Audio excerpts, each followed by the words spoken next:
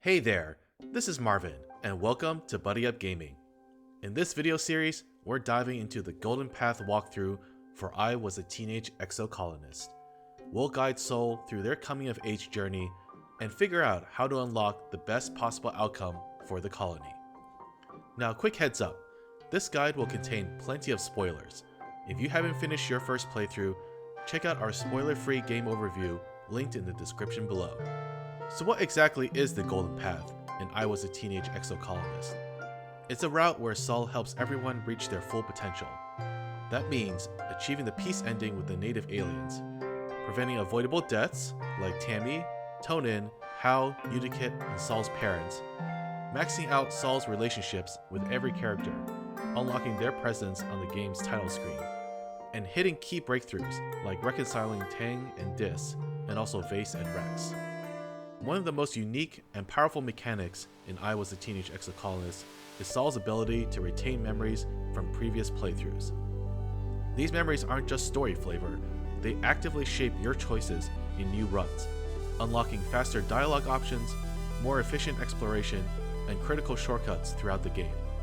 That's the core of what makes the Golden Path possible in a single run. Normally, achieving everything, like saving all the major characters, reaching the peace ending, and maxing out every relationship, would take multiple playthroughs. But thanks to Sol's memory mechanic, we can bring key knowledge forward and stack smart, efficient choices to hit all those milestones in one go. That said, it helps to lay some groundwork ahead of time. If you've already completed the game once or twice, there are a few prior run achievements you can unlock that will make your Golden Path run significantly easier. These aren't required, but they'll save you time and effort in the long run. Here's what to aim for in your earlier playthroughs. First, you'll want to cure the Shimmer. If Sol has cured the Shimmer once before, you'll only need one engineering activity to do it again, saving you time and stress. You'll want to have build Rex Bar. Constructing the bar once reduces the required logs in future runs, making it faster to complete this questline. You will want to have elected Mars or Sol as the governor. This makes it much easier to start the mutiny, which is required for the peace ending. If you're going to be triggering the mutiny for the first time, Sol needs at least 70 rebellion, which is going to take some careful planning. You'll also want to have met the Overseer. If you've met them in a previous run, you'll encounter them again during your first interaction with Zim. Otherwise, you'll need to wait until your 8th interaction, which slows everything down. Finally, it's also helpful to have become the second engineer in a prior run. This unlocks the option to select the ship engineering manuals as Sol's favorite childhood book, one of the best early game stat boosting items, especially for mental skill builds. None of these are absolutely necessary, but unlocking even a couple of them will make your golden run smoother, faster, and far more forgiving. Now let's get started with character creation. If you've completed the game once, you'll notice a fun little change. The wake up button now says wake up again, hinting at Sol's memory retention ability. This reawakening sets the tone for what's to come. We start with a flashback to the final Glow season. Nem pulls Sol from the rubble, and we get our first glimpse of the aliens. But before the outcome is revealed, we fade to black and hit the title screen. In the Golden Path, we'll never actually see this scene again, because we'll prevent the conditions that lead to it. Now we're introduced to Sol's parents, and learn why the colony left Earth.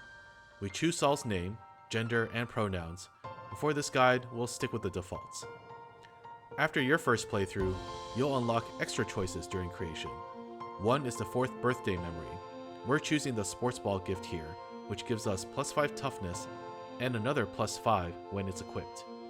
That brings us just 5 short of the required stat for sneaking out in the first year, something we'll get by playing sports ball a few times and picking a few key dialogue options. Next, we get a nightmare scene that only appears in future runs. In this scene, Sol is haunted by memories of their past lives on the world of Vertumna. Dad comforts them with a bedtime story, and we get to choose Sol's favorite. If you've unlocked it, pick the ship engineering manuals, available if Sol became second engineer in a prior run. This gear helps level up blue stats faster. If you don't have that choice, no worries, any other one works fine. Next, we pick Sol's genetic enhancement. Go with Calm Temperament. it's the best perk in the entire game. It reduces stress gain by 2 for each activity. Since managing stress lets Saul stay productive longer each year, this choice provides the greatest advantage. Now we choose Saul's best friend. This unlocks their unique card and gives a stat bonus. We're picking them for a +5 to toughness. Congruence can also be a great option, as it lets you fix the ship's shields and avoid the starvation plot. But that path's not essential here.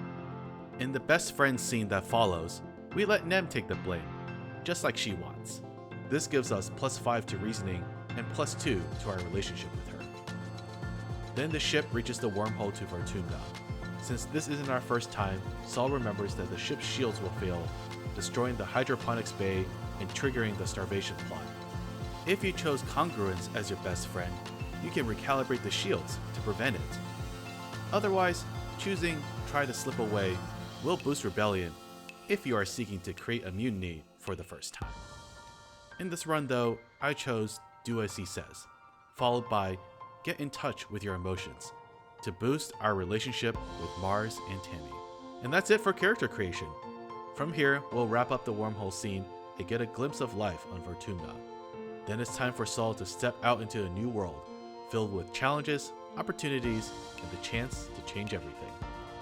I hope you enjoyed this first episode of our Golden Path walkthrough.